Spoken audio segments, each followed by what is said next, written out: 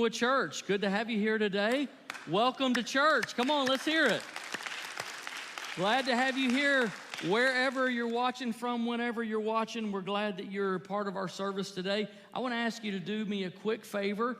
We ask this each week, but I especially want you to do it this week because I've got something new to show you. If you take your phone out and scan the QR code on the screen in front of you, if you're online, the code is there. Scan it to see the top 3 things happening at Kingwood. The first one is all things Easter, so you can find out about, schedule and all of that stuff.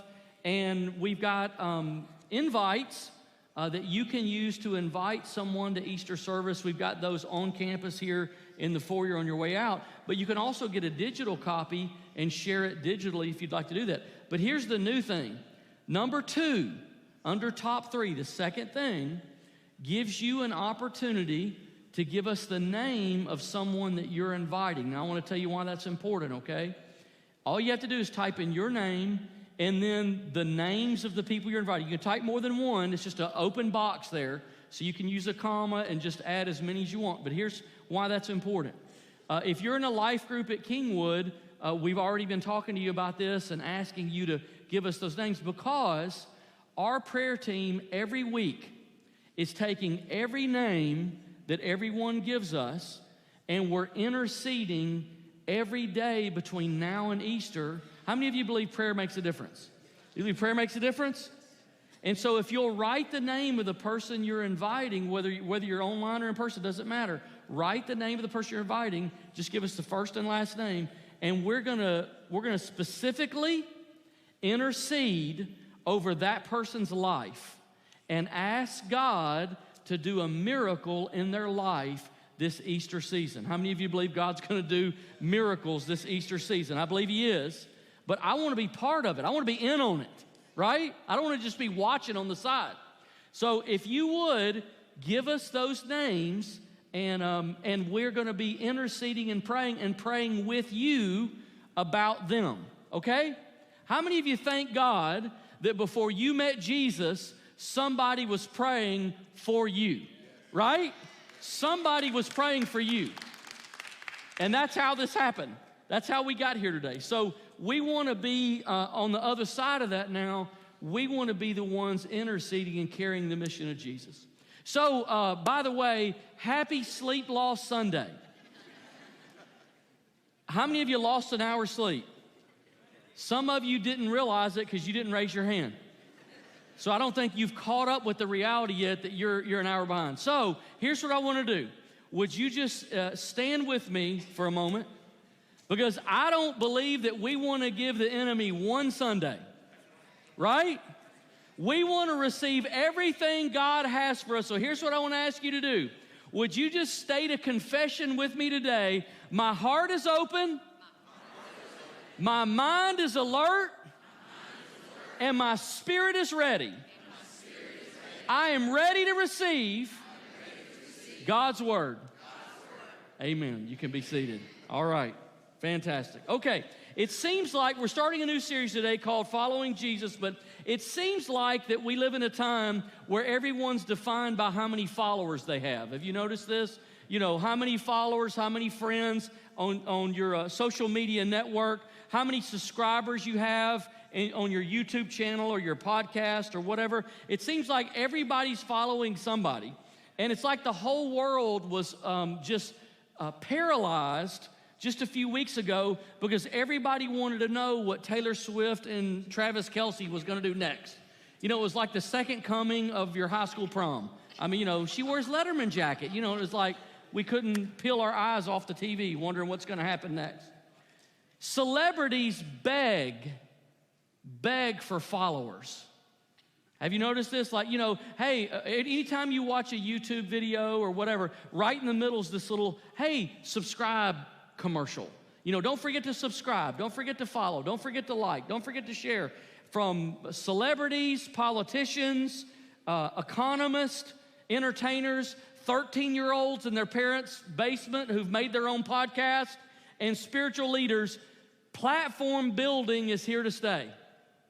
What's interesting to me is this word of being a follower is actually an ancient word. It's an ancient concept, and it's interesting to me that it's become so popular today, and we see it really all over the New Testament. This is actually a New Testament word, or a word that we find often in the New Testament, because we are regularly invited to follow Jesus. And so that's what this series is going to be about, following Jesus. Now, this new series is important because we're going to talk about the whole reason that Jesus started the church. Jesus started the church. You do realize Jesus started the church, right?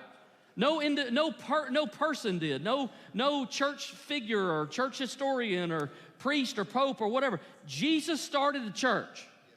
Why did he start the church? Because it was his strategy through the church to develop people into followers of Jesus. It's the church's mission. So my opinion is the greatest challenge we have as the people of God in the 21st century is, will we stay on mission? In other words, will we resist our own preferences, our own history, our own personalities, our interests, nostalgia, desires, politics, power struggles, cultural temptations, relational influences, outside narratives, and actually stay on mission? Will we do it? I think that's the question, because we live in information overload. We live in mental chaos. And the ability to stay focused on something is harder than it's ever been. But if the people of God don't stay focused on the mission of God, who do you think's going to?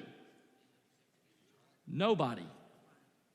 So God has given that uniquely to the church, and Jesus raised the church up for that. So this matters deeply, because what you center your faith in determines what kind of faith you have. Let me show this to you like this. If you center your faith in forgiveness, then the message you're going to resonate with is forgiveness is the way to go to heaven. Here's the problem. If that's the center of your faith, then discipleship will be optional to you, right? For way too long in the evangelical church, what we focused on is forgiveness and the moment of salvation. But after that, who knows what happens? If you center your faith in compassion, your message will be help the needy, but truth will be optional to you. And man, we have seen example after example of that. If you center your faith in prosperity, the message is going to be claim your rights. Claim everything God came to give you, But humility is going to be optional. If you center your faith in a consumer mentality, then the message is going to be God is here to meet your needs. But obedience is going to be optional. If you center your faith in righteousness, as some have, the message is be right. Like you've got to make sure that every part of your life is right, but grace is optional.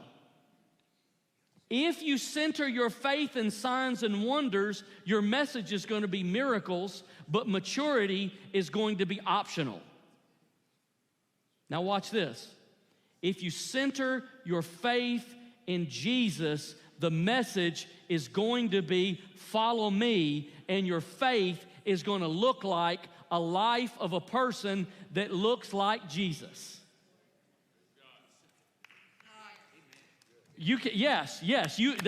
I hope that you receive that. I hope that that's good news to you.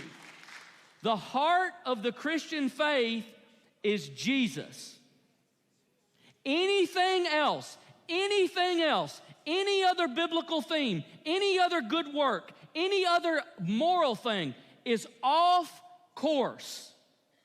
So the center of the Christian faith is not conferences, it's not therapy, it's not healing, it's not prophecy, it's not miracles, it's not what's going to happen in the end times, it's not success, it's not prosperity, it's not education, it's not meeting needs, it's not leadership, it's not skill development, it's not family, it's not sexuality, it's not culture war, it's not enlightenment, it's not self-improvement, it's not personal growth, it's not doctrine, and it's not denomination. The center of of the Christian faith is actually a person, and his name is Jesus. That's the center. Nothing else that you center your life in is going to develop you into a follower of Jesus Christ. So, what does it look like to follow Jesus? That's what we're going to talk about in this series. There are 3 basic invitations that Jesus gives to each one of us, and we can see them because they were the invitations that he gave to his followers in the New Testament. And as we walk our way toward Easter, we're going to look at those invitations, and actually we're going to address a 4th one on Good Friday. So I hope you'll join us at 7 o'clock on Good Friday for communion, and we'll kind of wrap everything up on that day. So what does it look like to follow Jesus? Well, I'm sure that you've had the experience where you've seen a picture or a video, a meme, and it was just too good not to share. You know, it was like, oh man, I can't wait. This is so funny. I've got to share this with somebody. Well, I just thought I would refresh your memory with a few of those to see if you remember. So here's the first one, and I wonder if you remember this. This is actually the first viral video I ever remember watching. Anybody remember what this is? Chawi, you bit my finger. Remember that, right? The little British kids? Yeah, it was fantastic. And then a few years later, we got Yanni or Laurel. Do you even remember which one you were? No, because it doesn't matter. But it was good then, right? It was on. And then somebody decided they wanted to try to artificially get the most views in Instagram history, and they actually did. They made a picture of an egg, and it got 60 million views. 60 million views. However, that pales in comparison to the most viewed video in world history. And you know what it is? Baby shark dance. I don't know what that tells us about the state of humanity. However, it got 14.3 billion views, which means everybody on earth watched it more than once. Everybody that has electricity, and some of you said you've never seen it, so some of you watched it 30 or 40 times. 14.3, but we don't even have that many humans on the planet. Baby shark dance. Everybody knows what it feels like to have something you want to share, and nobody's going to go, hey, let me just describe the shark dance video to you. Well, that's ridiculous. What we say is, no, we want you to see it for yourself, and we want you to check it out for yourself. And this is the idea behind the first invitation Jesus gives to all of us in the New Testament. You'll oftentimes see it phrased like this: come and see. And what that means is, come check it out for yourself. Don't take my word for it. In John chapter 1, verse 38, we see this encounter with Jesus. Jesus looked around and saw them following. What do you want? He asked them. They replied, Rabbi, where are you staying? What did Jesus say? Come and see, he said. It was about 4 o'clock in the afternoon when they went with him to the place where he was staying, and they remained with him the rest of the day. I'm so glad that Jesus starts with each one of us right here. I'm so glad that he doesn't say, make a commitment and then I'll show you.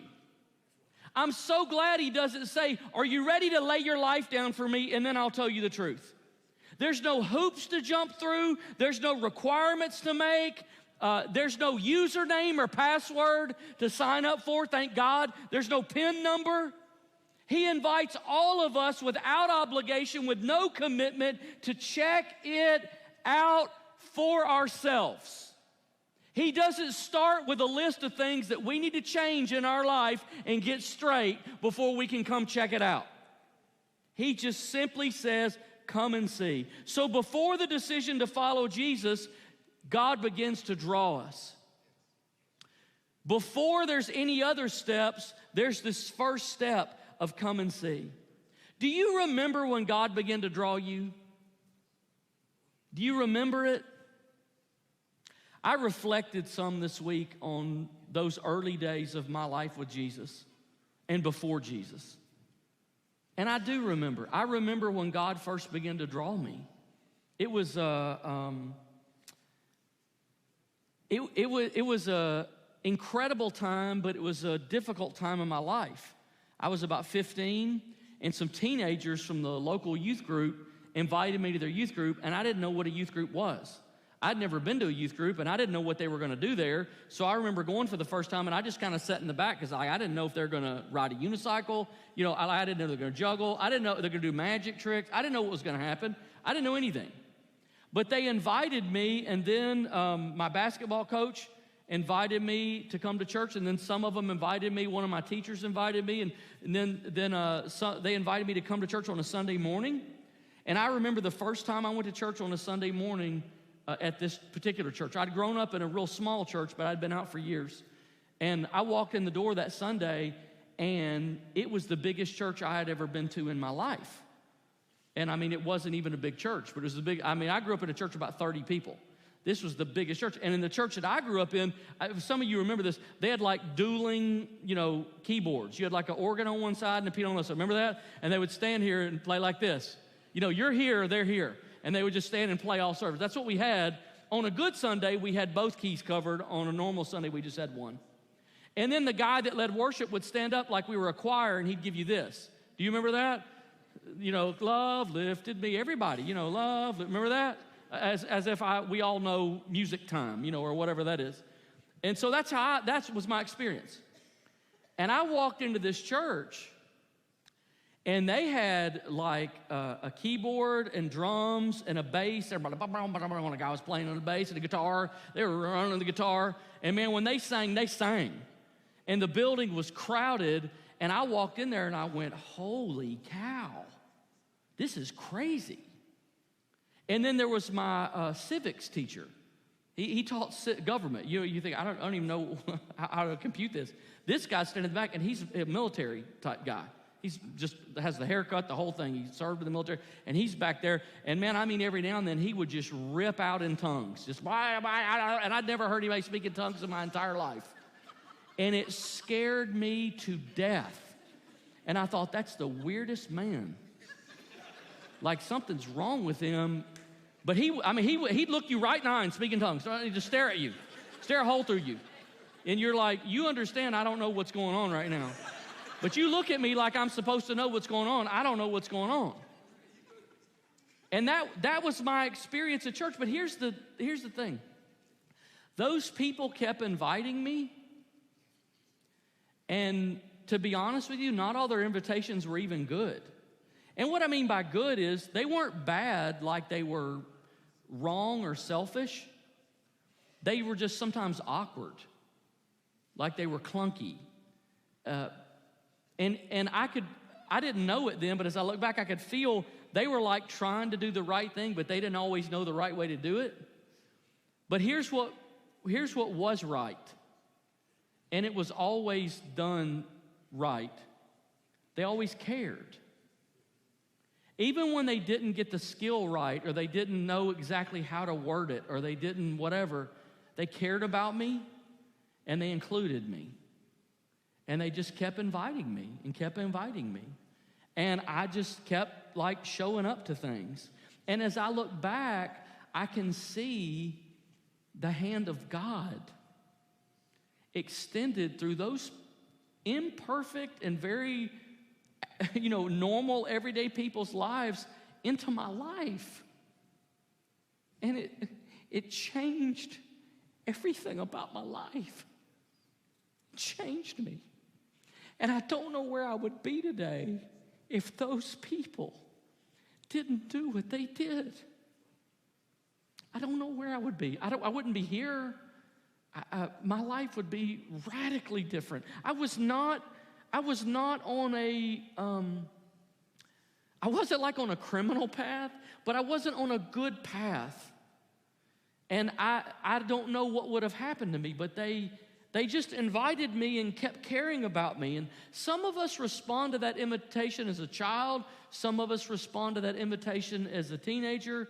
Some as adults, some late in life. But it's the same invitation. It always sounds the same. hey, why don't you come and check it out for yourself? Why don't you come and see? Why don't you bring your questions? Why don't you bring your life just as you are? Why don't you just show up? Why don't you just come see for yourself? In the same chapter, a little bit later in verse 45, we see a man named Philip who was part of this whole thing. Philip went to look for Nathanael and told him, "We have found the very person Moses and the prophets wrote about. His name is Jesus, the son of Joseph from Nazareth." Now listen to this. Nathanael says, "Nazareth? Are you kidding me? If the Messiah were going to come to earth, I'm 100% certain he wouldn't come to Nazareth.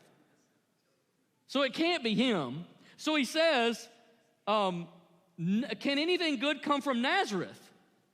And what does Philip say? "Well, come and see for yourself."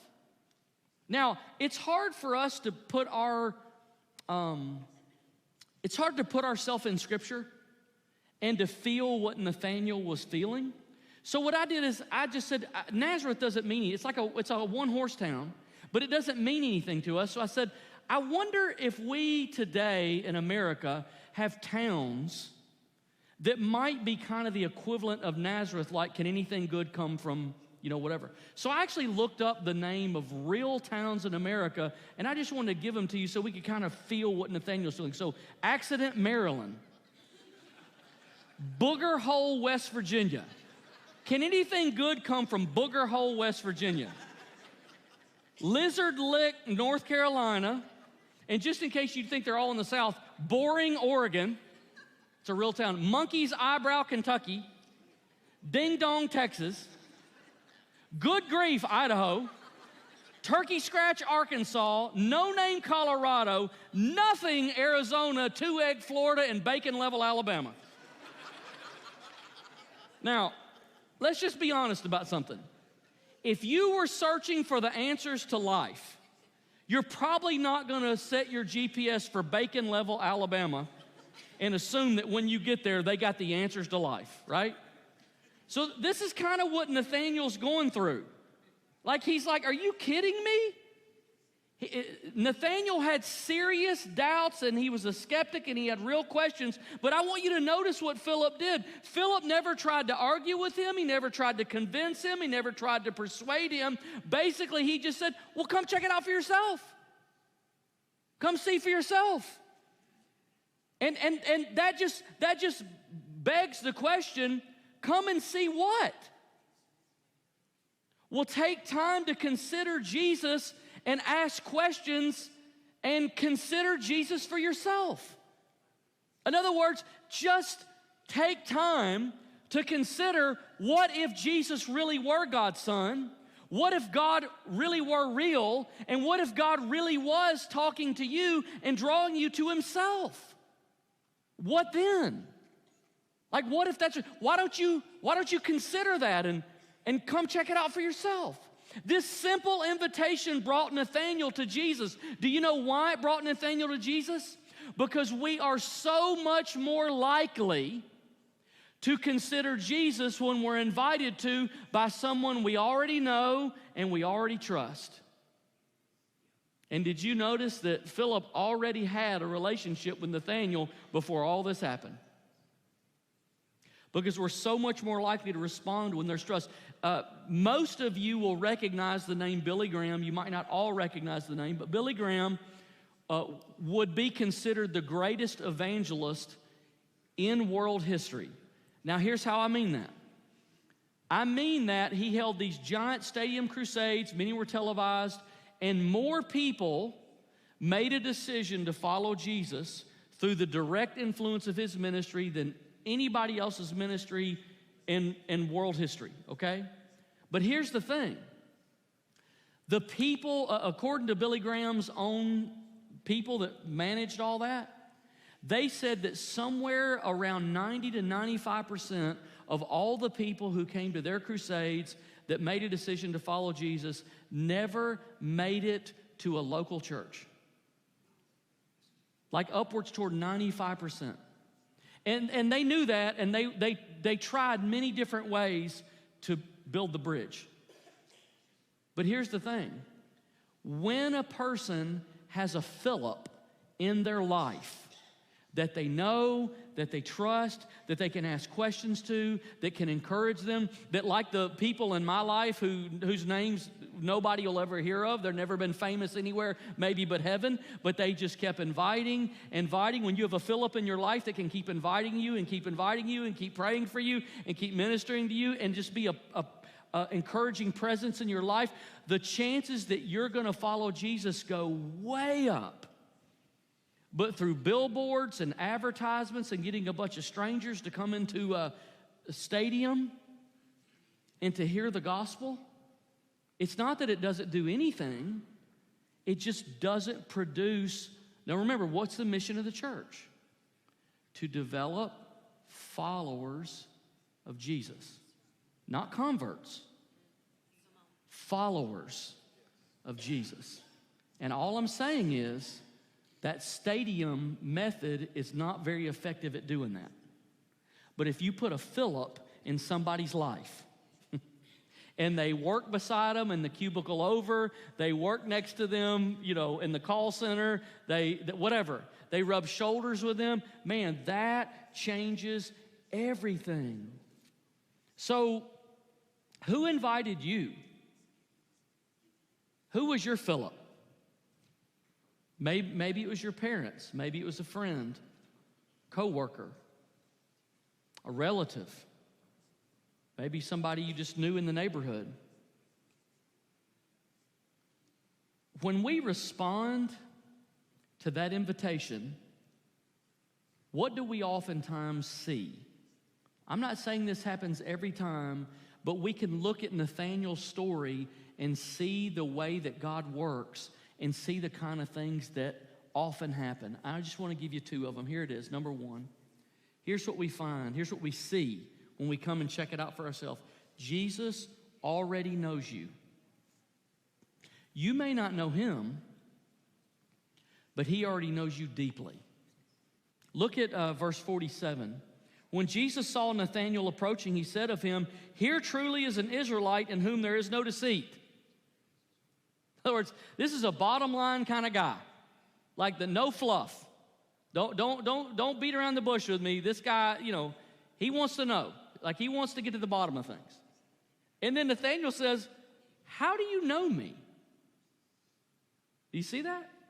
How do you know me? Jesus answered, "I saw you while you were still under the fig tree before Philip called you." Now, here's why that's important. A lot of scholars believe that under the fig tree, under the tree, was a specific place that people would go to be alone and private when they were under great pressure and they were considering, a big problem of life or something. It was an actual specific place that people would go to try to figure things out. And Nathanael knew that Jesus somehow knew that he had been under the fig tree, that he had been there wrestling with something. 2 months ago, we were in service here, and a man zeroed in on one of our prayer team and came to one of our prayer team members just at the end of service and said, "Hey, this service spoke to me directly. Like, this is my first time I've ever been here. But this service spoke to me directly, and I need to, have a relationship with Jesus. I need to get my heart right. I want to know that I'm right with God." And so in this great, incredible moment, our prayer team member led this person to Christ, prayed with them. And here's what's crazy. We didn't even have a salvation invitation that morning. There wasn't even one. But Jesus saw him under the fig tree. And he knew him, even though this person said, "I don't even know exactly who this is." I think sometimes when you go to church a lot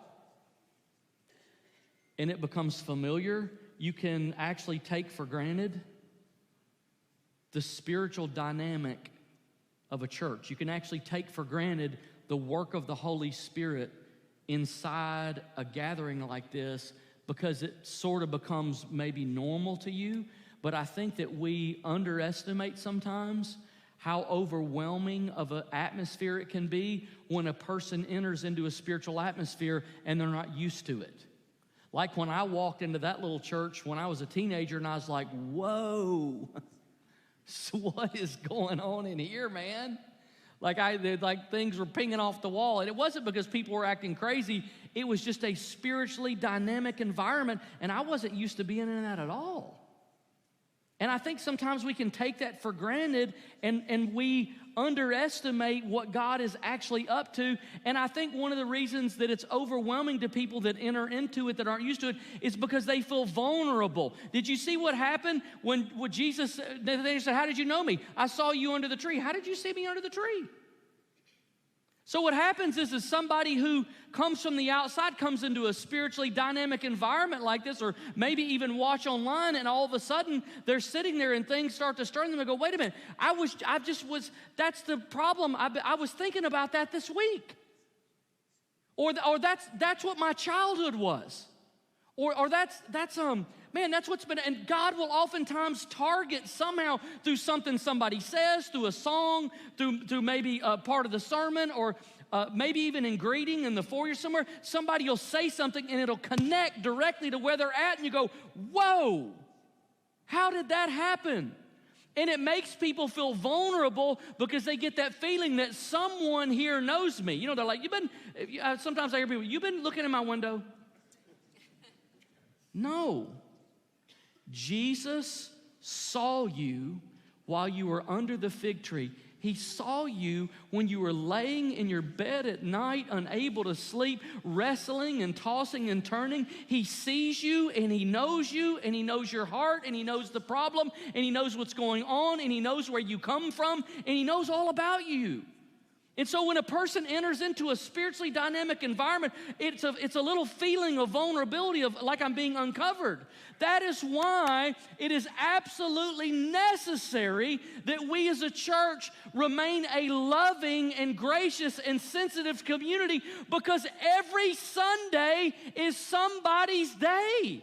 Every Sunday, it's not another Sunday, it's not time change Sunday. Every Sunday is a divine appointment for somebody, and they're being seen under the fig tree. And when it's not your turn, you can yawn. But boy, when it's your turn, it's a little unsettling, because you go, man, there's something. But the more you respond to Jesus' invitation to come close, the more that unsettling turns into peace and trust, because you know the one who's calling me loves me. And He's not telling me He knows me because He wants to embarrass me. He's not telling me He knows me because He's trying to hurt me. He's telling me He knows me because He loves me, and He wants to help me. And this is what happens when a person comes in and there could be a little overwhelmed. Psalm 139, 1-4 says it like this: "O Lord, you've examined my heart, and you know everything about me. You know when I sit down or stand up. You know my thoughts, even when I'm far away. You see me when I travel and when I rest at home. You know everything I do. You know what I'm going to say, even before I say it." Do you realize that God already knows everything about you, and He still loves you, and He's still reaching out to you? And even if you're already following Jesus, this is just the first invitation. There are other invitations. And He's still inviting you. Come on closer.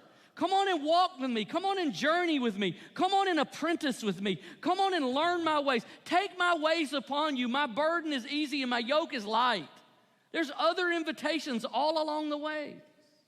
So what's the other thing? Here's the second thing that you might see. Jesus offers you what you need most. You know, there's an empty place in our soul of need, and that empty place tells us that we have a need that we cannot meet on our own. And Jesus oftentimes speaks to us at that point of need, the need that we recognize that we have. And sometimes it's a cry in our heart for peace in the middle of anxiety. Sometimes it's a cry for acceptance after years of rejection. Sometimes it's a cry of freedom to overcome addiction. Sometimes it's the cry to wash away guilt and shame. Nathanael's cry was he wanted to know the truth. Like he's a true Israelite. There's no deceit in him. He wanted to know the truth. That was the cry of his heart. And Jesus met him there. Jesus uses the needs that we have to give us what we need most, and that is a Savior. So Jesus said to Nathanael, I'll answer the questions.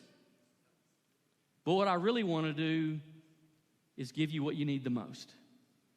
And so we as a church work in so many ways to try to help meet people's needs so that we might be able to connect them with a Savior and meet the thing that they actually need the most. So maybe you're watching today in the future, here now or in the future. Maybe you're here in person, and you're in that phase. Maybe you've gone to a life group. Maybe you're new to our church. Maybe you've been away from the church for years in just the last few weeks. Man, I've heard several stories of people who've just kind of found their way into our church this year and haven't been part of a church in many years. Or maybe you never really had a church background, but you're here now. And you go, what do I do? What do I do? You're kind of in this come and see, check it out phase. What do I do now? Here's what you do. Keep responding to Jesus' invitations. You don't have to complicate it. You don't have to make it some big program. Keep responding to Jesus' invitations, because there's going to come all kind of little invitations in your life. Maybe you'll feel drawn to Scripture. Man, I'd recommend you start in the book of John and just read a few verses, half a chapter a day, whatever, to start immersing yourself. For me, when I was a teenager and just started walking, the way it happened in my life is people just kept inviting me to stuff. And so I would find myself at these bizarre different things that I wasn't even sure I was supposed to be at because somebody invited me, but I just kept coming to see and check it out. I went to a youth convention on Thanksgiving Day. I went to a bunch of my teenage friends invited me to go to a revival, on the weekend. Other friends were out, partying and drinking and doing what they do. I was going to revival. We're going to go to revival and check it out. And I'm there at revival, and I just met God, this other church way out in the country. And it was the old-fashioned, snot slinging, spitting, all that. And I was all up in it, and I was like, that might be the first revival I ever went to in my life. And I didn't know anything about that. But, here's the thing I'm just saying to you. I'm so glad I responded to those invitations because they just kept drawing me closer to Jesus. And so it might be, a podcast. It might be a book. It might be lunch with a friend at our church. It might be a life group. It might be serving somewhere. Definitely keep coming to church. And just follow those invitations. Keep checking it out. Keep showing up to see. And give God a chance to work in your heart. The other group of us who say, okay, I'm not in that phase. I'm following Jesus. What do I do? Here's what you do. Keep inviting others.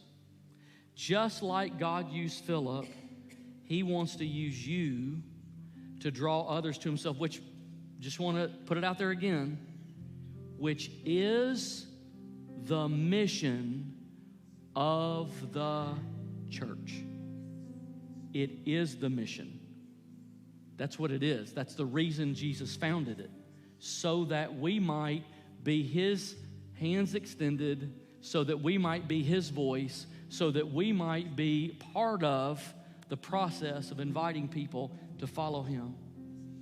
When I was a teenager and I first started following Jesus, I didn't have before I was kind of in the check it out phase. I didn't have a internal voice I didn't recognize the voice of the Holy Spirit in my life. I wouldn't have known what that was, and I wouldn't even have known how to hear it. What I did register was there were teenagers and a coach and a teacher and other people around me who just kept caring about me and inviting me. And I'm so glad they did because it changed my life. And so here's what I'm saying to you, okay? Shelby County is the most unchurched county in the state of Alabama. Jesus' mission is doing worse here than anywhere else in our state. And I'm saying this process of taking a card, like this, or a digital text or whatever, and inviting somebody, it's not a sales tactic. It's not about church growth. It's a spiritual work. Does that make sense what I'm saying? It's a spiritual work. It is a work of the Holy Spirit. It is the mission of Jesus to be part of inviting someone to check it. Here's the great thing. There's no pressure on you to convince anybody. God never said, go and convince the world. Good luck. That's not going to work out very well. Go and invite them. Go and invite them. You know what's interesting too, I find? Sometimes we need help with this as Pentecostals. Like Philip never said, well, I was praying and the Spirit told me to invite Nathaniel. If you're waiting for the Holy Spirit to prompt you to invite everybody you need to invite, you're going to miss most of the people you need to invite. You know why? He wrote it in His Word.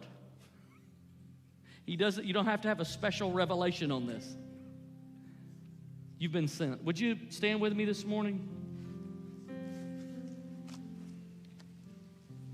Lord, I thank you today